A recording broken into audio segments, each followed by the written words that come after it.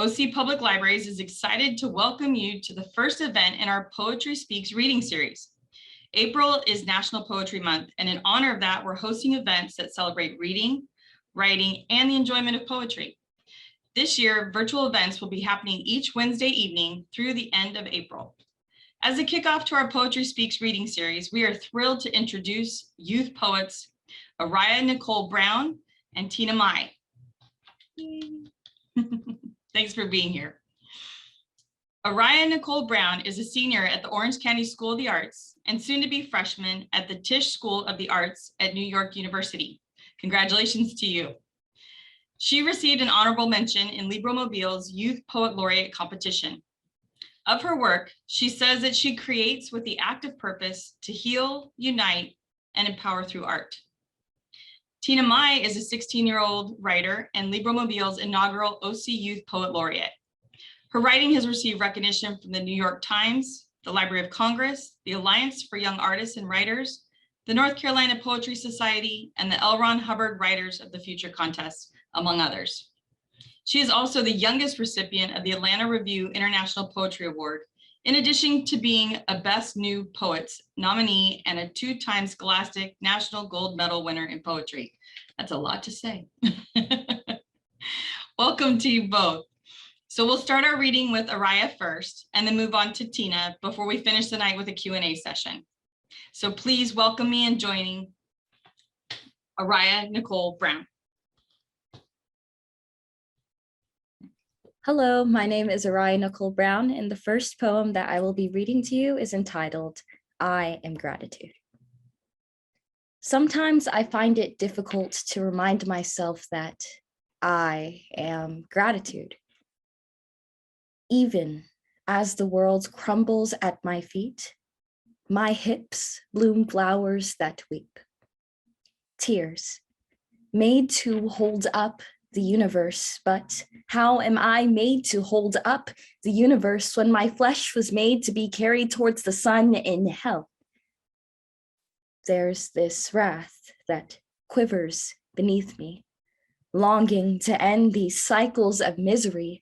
Our forgotten souls preach destiny like mountains that can't breathe. And I'm trying my best, but I can't breathe. These mountains won't leave. I long to rest amongst the stars because I know they're watching me in twinkling defeat as I breathe death to the cosmos. Death to this reality. What's wrong with me? It's hard to set yourself free when you've already surrendered to defeat, when you've already given up on inner peace just to reach. But you can't plot down empty seeds of pursuit with no seed, but I can't plot down empty seeds of pursuit with no dream. No, I'm searching for something that's greater within me. Yes, you, who is tired of searching for things that are only temporary. Can't you see?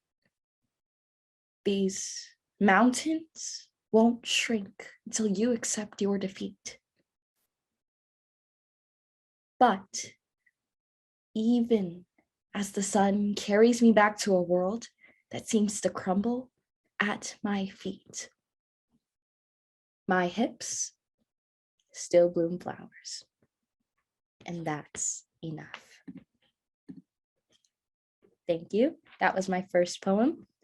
The second poem that I will be reading is entitled The Yellow Fence. I dream of yellow-colored picket fences that surface dreams I search for outside myself. I say yellow fences, not white, because in my world, Black boys look blue in moonlight as they arrive in green boxes of rum shipped from mama's hips. Colonized rum, made by buffalo soldiers who crown lions of Judah on God's throne for valleys.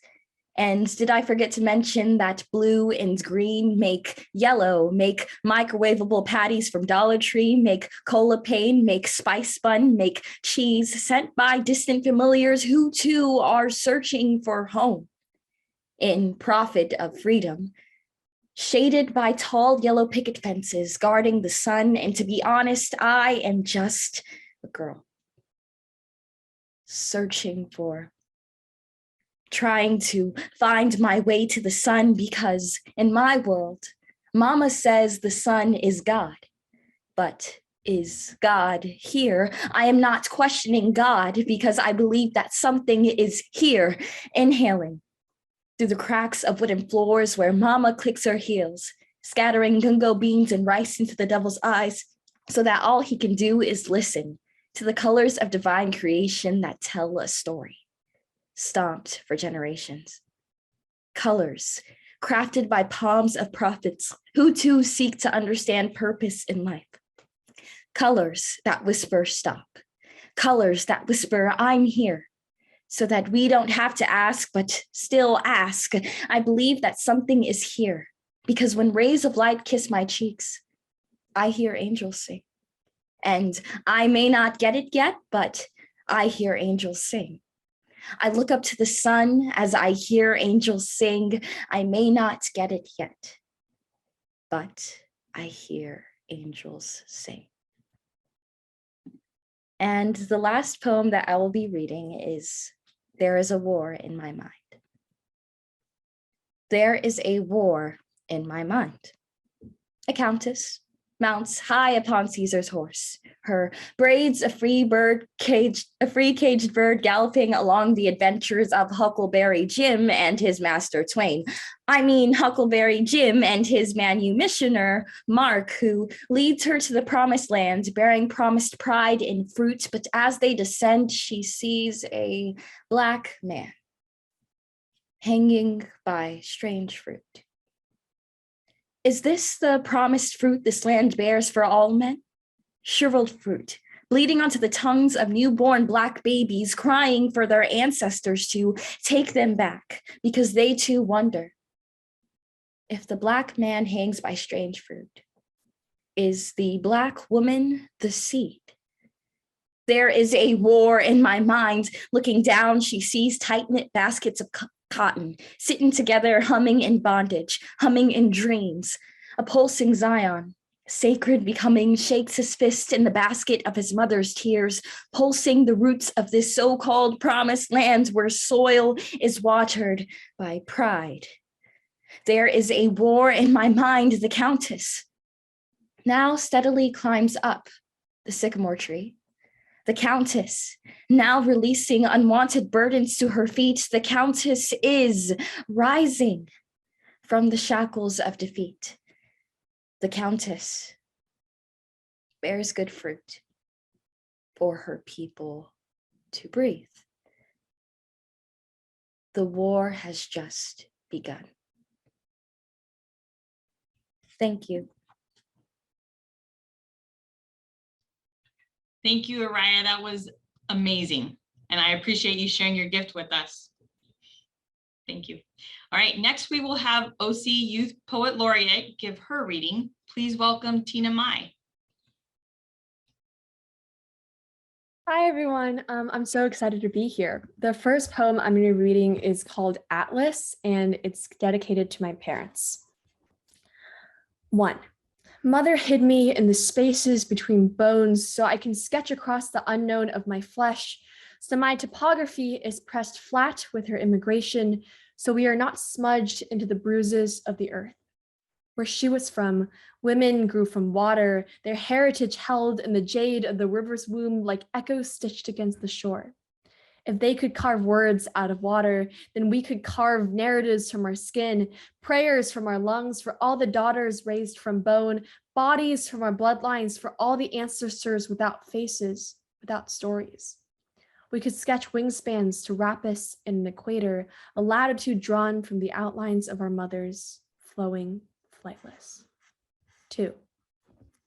My father in the picture is but a projection, a legacy suspended in 5 dimensions, preserved in roots.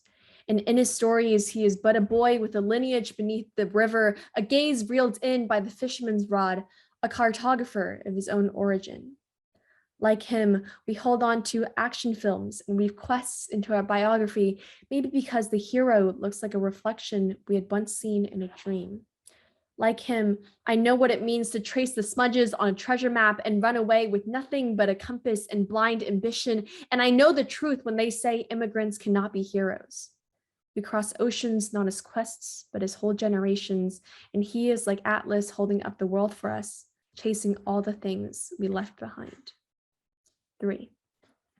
Perhaps someday I will be able to realize my skin is the map of the world, but today I can only whisper my name and compare my birthplace to paper towns, to the heroes they don't believe will ever be, to the memory of a daughter contoured in borders and bone. Today, I can only begin my quest to find my narrative in a land washed away, my heritage in the ocean whose waves won't turn back, will not stop their dance until they wipe out the coordinates of the shore.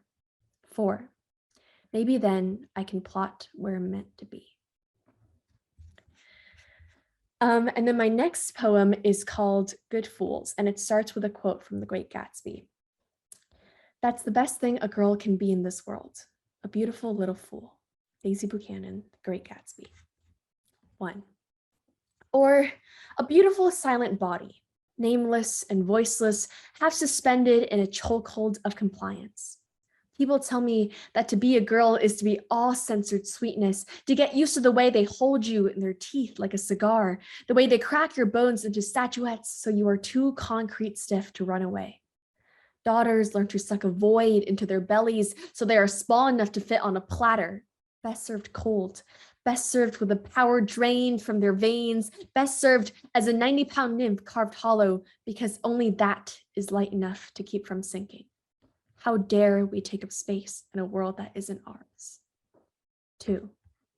I am 16 years old and looking for something to call mine, a half-sunken legacy, a forgotten name, a poem like the humanity in our hands, brutal and alive. Even space-time can't measure the space we feel when we bury our home and our mother tongue, because to you, our skin is a sin, our voice a vice, and you tell us to watch how we hold our tongues as if we are stealing words like lovely bullets in our mouths, graceless enough to burn, defiant enough to be remembered. 3. Growing up, my mother's arms stretch out like accordions, a cathedral in her night black eyes. But mothers are afraid to tell their daughters the worlds can be unforgiving, that there are people who want to watch us squirm in muted bodies that never belong to us. We learn that growing older is knowing how to swallow our voicelessness like a pill, to hold our ambitions in our throats until we choke, as if all we can say is yes, yes, as if all we can be is another generation locked inside a cage, well-behaved but burning. 4. I am 16 years old and learning how to keep my voice in a fist and my body afraid of the dark. But you want a better story, and I understand. Who wants to hear a story where the hero never finds the gold, trapped inside the belly of a beast the way little girls scream but aren't heard? My grandmother tells me to bury my hopes so there is nothing they can take away. There is nothing left to lose as an accessory without a name. No other way to break. So I sharpen my ambition like a switchblade in the dark, and I tuck it like a secret, as if to scorch with sin, as if to lie supine on starstruck guilt, as if to say, I'm sorry, but I don't know what for. 5. In our dreams, we escape our bodies on a night train into the Milky Way, the way my ancestors escaped their drowning village with a stolen ticket, then begged for forgiveness when they chained us back and told us we are not allowed to dream. So instead, we're left to catch fire and scorch until we have no bodies left to surrender. 6. I am 16 years old and tired of growing pains and silent names and all the things they told us we couldn't be. To grow up is to twist my limbs and wrestle for a future that is mine. To stand up is to know my voice is not a vice and my body not an accessory. And to rise up is to say, to all those who want a better story, I'm sorry for the good little fools we refuse to be. That was my second poem. And the next poem that I have is called Sampans, and this one's a shorter one. We grow up with the fishermen and the boys whose lips bleed of dissent. In the dark, we press prayers to our tongues for the grandmothers who grew out of village bones and for the daughters we never knew. I tried to forget the home beyond the shore. I try to forget the fish-eyed boys, the warmth of fins dissected in their palms. When my father brays to Shangdi, the air only drips of incense scumming through the throat of ancestors. Like skin, they are needled into a mother's pale belly, a heritage I fold myself into for ascendancy. I remember not the kisses lodged with fresh water, not the monsoons stitching our bodies against the banks, but the summer when our accents went out like a house fire, or when the sturgeons gutted themselves clean, like a piece of mama's throat still in the village, still trying to be lost. She will tell me about her poreless tongue. She will tell me about our bodies bobbing like sampans off the shore, grateful and half drowned. And the second to last poem I have is called Paper Daughters. My grandmother lives in the forgotten story of the women who collected firewood and water and blistered their skin with sweat. Her first home was an oblivion of nameless daughters, their faces freckled with waters of kudzu, their fingers bleached with rice. Just out of reach, their relentless, rowing hearts. I watch her carry the earth's burden and bury fistfuls of limping memories into the ground. She tells me about my heritage bleeding from river towns, the currents scything the pearly bones of my ancestors. Together, we fold paper stars, but deep down, she remembers paper daughters stamped into pulp. In my dreams, I count the girls left out of the narrative, trace my grandmother in the lore of their skin. I wonder if, to her, I am another daughter lost or the hope she had buried away in her village long ago. In any case, I will inscribe new homes for her story, a paper kingdom born from bone. And the last poem I have is Madam X 1884, and it's after a portrait by John Singer Sargent, scandalized at the Paris Salon for the female subject's improper posture and supposedly immoral clothing. 1. Opposition. Mama pulls a loose shoulder strap over my right shoulder, flaxen against my scapula, skin-starved in the shadows of my humerus. Tell me about impurity, the spider silk satin on the wrong body. I imagine I know the meaning of beauty because the word tastes raw on my tongue, like the texture of lavender powder or silver oyster shell.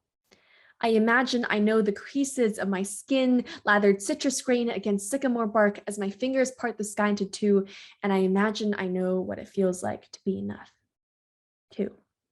I pour sap over my fingertips as if the stickiness will glue me whole, glaze wax over my skin so the pores won't pry me open. We are chocolate roses, marred by stained mud that dirty our faces into something unrecognizable, nameless, pointless, X. 3. Take our herbal skin, dry our flesh until we are pure enough to steep in your pompous tea, drown our bodies in steel kettle, oolong against your lips, numb enough to refrain from screaming, numb enough to be flesh and bone, but not human. And together we'll be women who don't deserve identities. 4. Maybe one day we'll steal back our names, wash X into our variable, sketch our own oil paint identities, and let flaxen strap fall over our frail shoulders. Candied breath flushes scars so sweet, and we are no longer ashamed of our pores. So I imagine I know the meaning of opposition, the meaning of beauty, of womanhood sodden in dust skeletons and stretch marks and strawberry seeds. I imagine I do. Thank you. Thank you, Tina. That was great. I appreciate both of you guys taking your time to be here today and to share your gifts with us. It's a big deal. All right, so I'm going to take this time now to open the floor for questions. You're welcome to either type questions in the chat or you can raise your hand and we'll call on you to unmute yourself.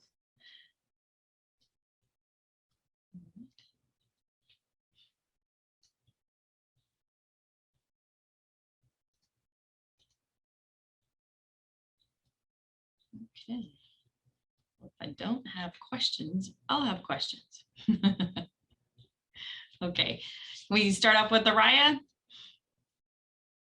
Okay, can you tell us a little bit about your experience with Libromobile and the Youth Poet Laureate competition? Actually, This is the first year that I've participated in the competition / got to like get to know what Libromobile was about and everything like that. I've always been the biggest supporter and fan, like seeing my friends who've submitted to poetry things that they've done. That's really cool. Thank you. Tina, what about you? Same. I feel like since we're so young, we've never really been super exposed to like events and competitions like this. So it's been like really cool being able to like get to know Sarah from Libromobile, who's like incredibly supportive, and get to be able to speak and share my voice at these events. Like I've never really been able to do that before. And so I think it's just like a really amazing process being able to have the opportunity so young to be able to share our work, which is something that I'm really grateful for. So neither one of you have done this competition before, is that correct? Yeah, I think this is the first year that they're doing the Youth Poet Laureate competition in OC. Oh, right. Great for you guys for taking a risk and getting out there.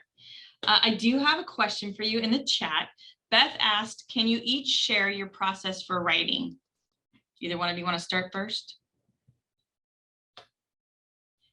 I'll go. Thank you, Ariyah.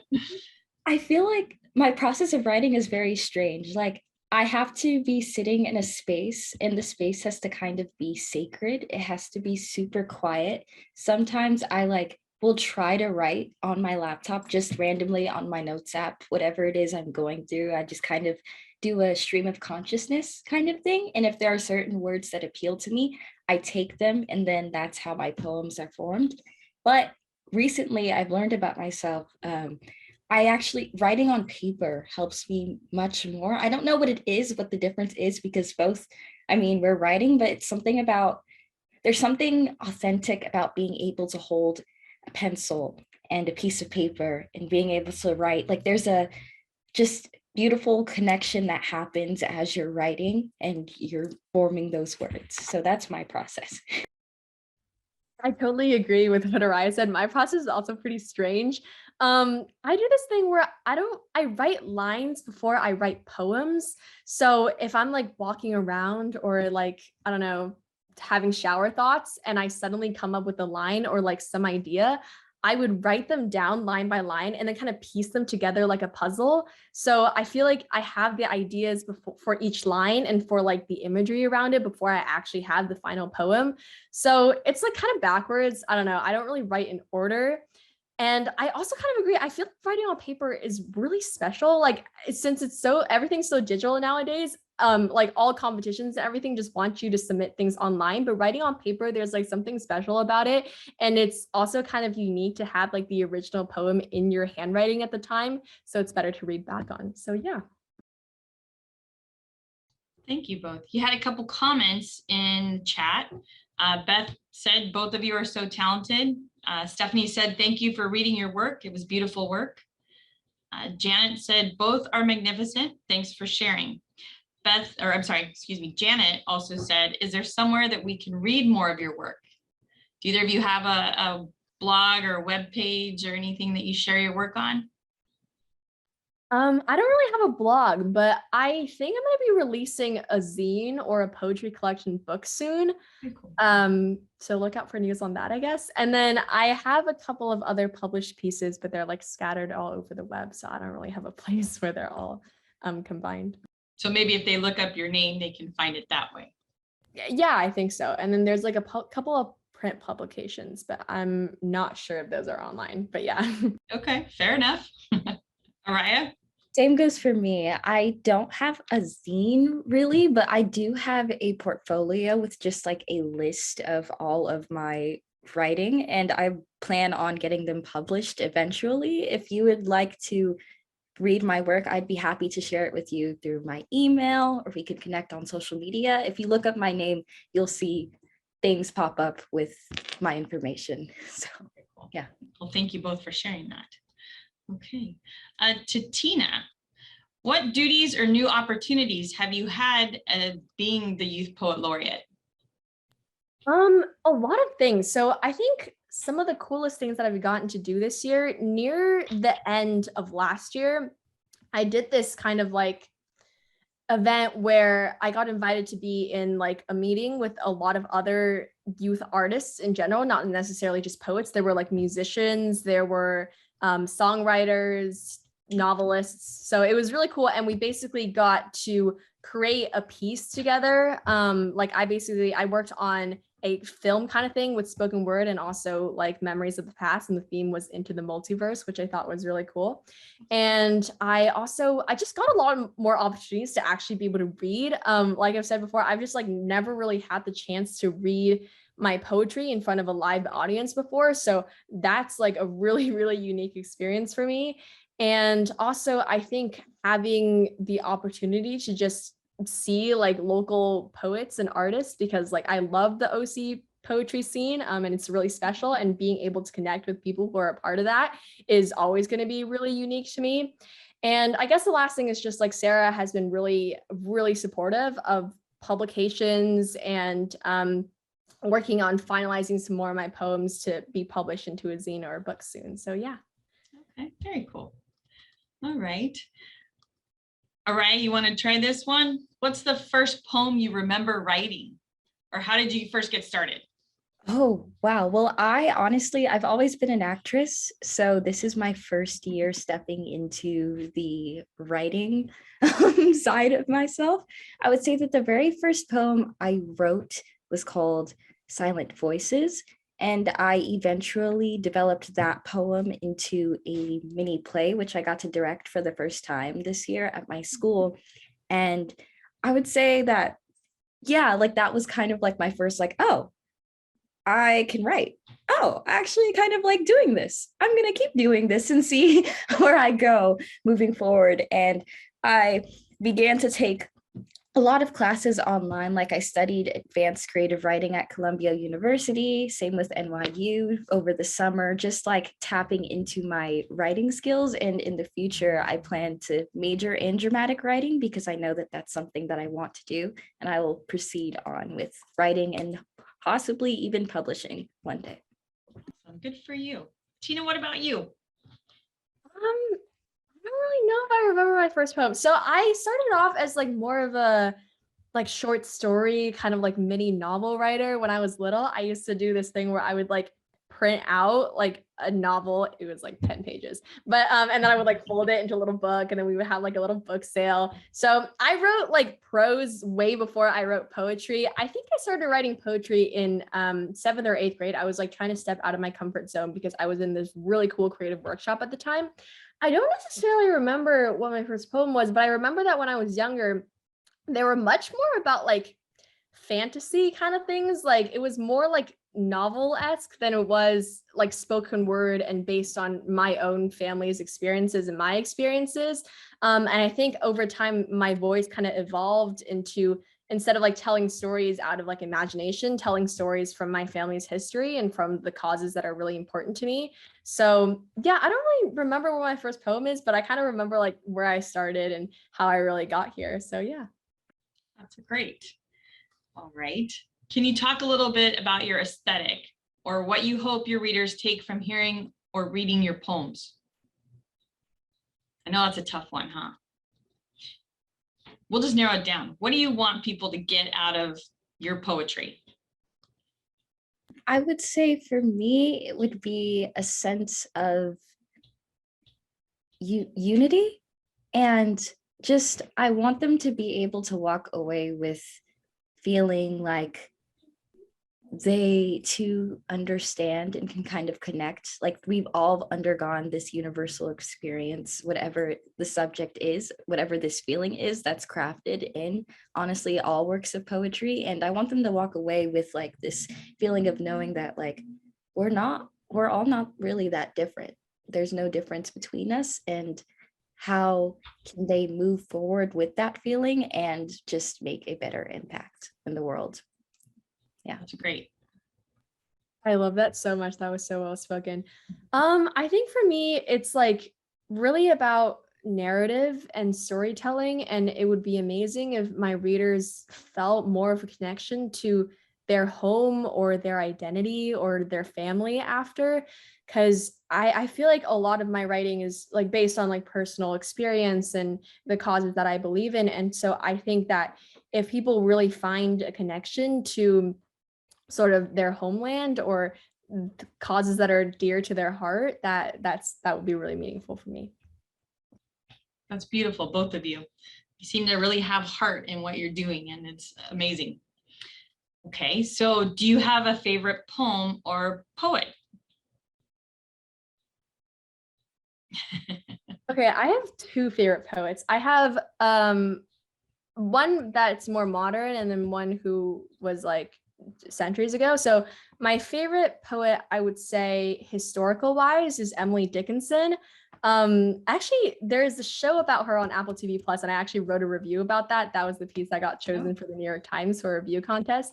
But I love her for both her writing and for her as a person. She is such a nonconformist, amazing, like really inspiring person. And her poems are like so, I don't know, so bold for her era. Like she doesn't really use traditional punctuation. Her capitalization is like unique to her. She has a whole system, and her poetry really just makes you stop and like think. And so I love her poems. And then I would say a more modern poet that I really like is Ocean Vuong. His poetry is so vulnerable, and it makes you feel something that like writing just, it's crazy. I love his poetry so much. And also if like anyone ever gets the chance to listen to him speak in like a podcast episode or something, you're like blown away by how eloquent he is. It's crazy. So yeah, those are my two favorite poets. That's great. Ariyah, you look like you were right on target with her. Yes. As soon as I heard Ocean Vuong, my heart just jumped. I am a huge fan of Ocean Vuong, modern poet, but I'm also a fan of artists like Audre Lorde, June Jordan, Toni Morrison, and Maya Angelou. One of her favorite poems of mine is called Touched by an Angel. And it's just, Maya Angelou is just so magical. And I could never, like, I love Ocean Vuong and I love all of these poets, but I also look up to artists like Lauryn Hill and like Erykah Badu, who are so brilliant because they too are poets. They just sing their poetry, and that's where my inspo comes from. Absolutely. Absolutely. I agree with you. I love music for that reason too. Right. This is going to be a toughie. You guys ready? What suggestions or advice do you have for other young poets after your experience with Libromobile? I would say to just like put yourself out there, because there's like times where opportunities, like you get opportunities, and if you like never do anything about them, then you're just at a loss. But if you do something, you either get it or you don't. And if you don't get it, then that's the same as if you never did it in the first place. So I would say like there's not really a loss. Just put yourself out there, enter into competitions, like take those opportunities. There are so many times when I literally thought I stood no chance in any competitions, and the end result was actually really nice. So like you're gonna surprise yourself. And if someone first gets started with writing and is like not as confident in their writing, I feel like we've all been there. Like I'm sure Ariyah agrees that there's a stage where you first get started with writing and maybe you're not sure whether you're like that good at it or whether you should continue this, but just keep going. If you're really passionate about it, if you really have something to say, then take those opportunities and go find them and go do them. And you're going to be surprised by how well it turns out. To add on to that, I would say write what you know. I'll repeat that, write what you know, and following up after that, write with purpose. I feel like it's so easy to compare yourself to all of these great writers because there are so many great writers out here. But what makes you unique is the fact that you are you, and no one else can ever be you. No one else can ever replace you. No one, you know what I mean? So just go for it. Why not? We only have this one life. So that would be my biggest piece of advice. You both are so passionate. I hope that other young poets see your passion and are encouraged by that too. I think that makes such a difference. All right, now, when you write a poem, who's your first reader?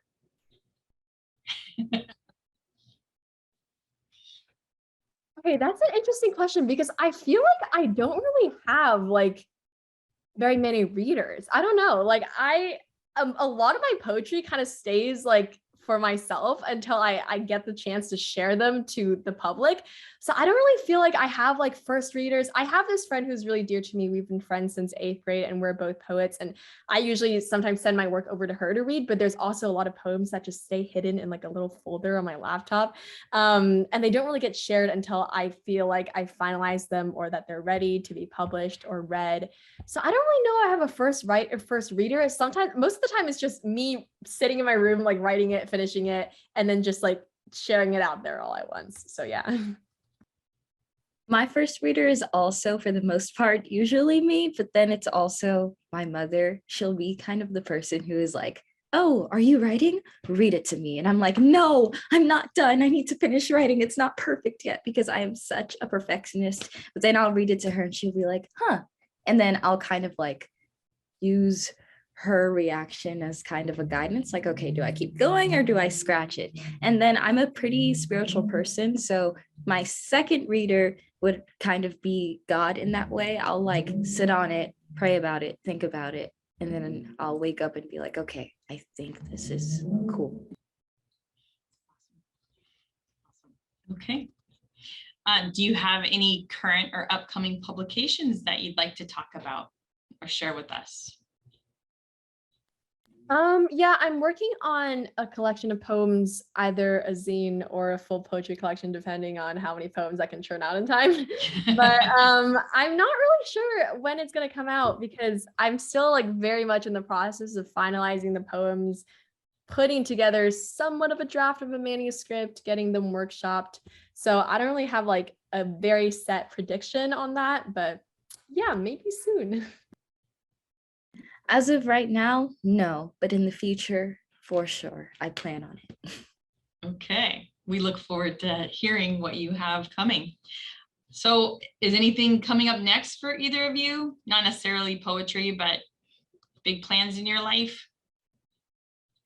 Something that's kind of poetry related. So I'm starting a literary and arts magazine at my school, because we've never had one since like 2005, which is quite preposterous. But I'm like putting together the draft and everything, working on editing. It's kind of like challenging myself almost because I have to like contact printers and like format, design, everything. So I'm hoping that comes out sometime in Poetry Month. And then I guess like in the future, I'm a junior, so I'm going to be applying to college soon, which is very stressful, but we'll see how that goes. Working on essays over the summer, finishing up AP tests. It's almost AP season, which is terrifying. But yes, that's what's coming up for me, I guess. Well, good luck with all that. Ariyah, what about you? So I'm currently competing, I'm in a slam poetry team and we are competing with Get Lit, which is a poetry organization. And we are just in the rehearsal process currently, and we go to prelims, I believe, April 21st. And it's like a 3-day in-person competition in Los Angeles. So I'm pretty nervous about it because it'll be my first time really tapping into my inner spoken word poet part of me. So that's what I'm currently working on. And then in late August, I will be packing my bags to New York to go study at NYU Tisch. And I am not terrified, but I'm just excited for this new chapter in my life, and I'm excited to where it's going to take me. Well, we are so grateful to have had both of you here tonight. You were both amazing. Your poetry is beautiful. We wish you nothing but the best on all your future endeavors. And I hope that you'll join us for some of the other panels coming up this month. So again, thanks for being here, and you're getting a lot of congratulations on the chat. So again, thank you. It's been great spending time with you. All right. Have a good night, everybody. Thanks for joining us. And if you're interested, we have our next event coming up next Wednesday. That is a poetry panel with local voices. That'll be at 6 p.m. on Wednesday. Thank you.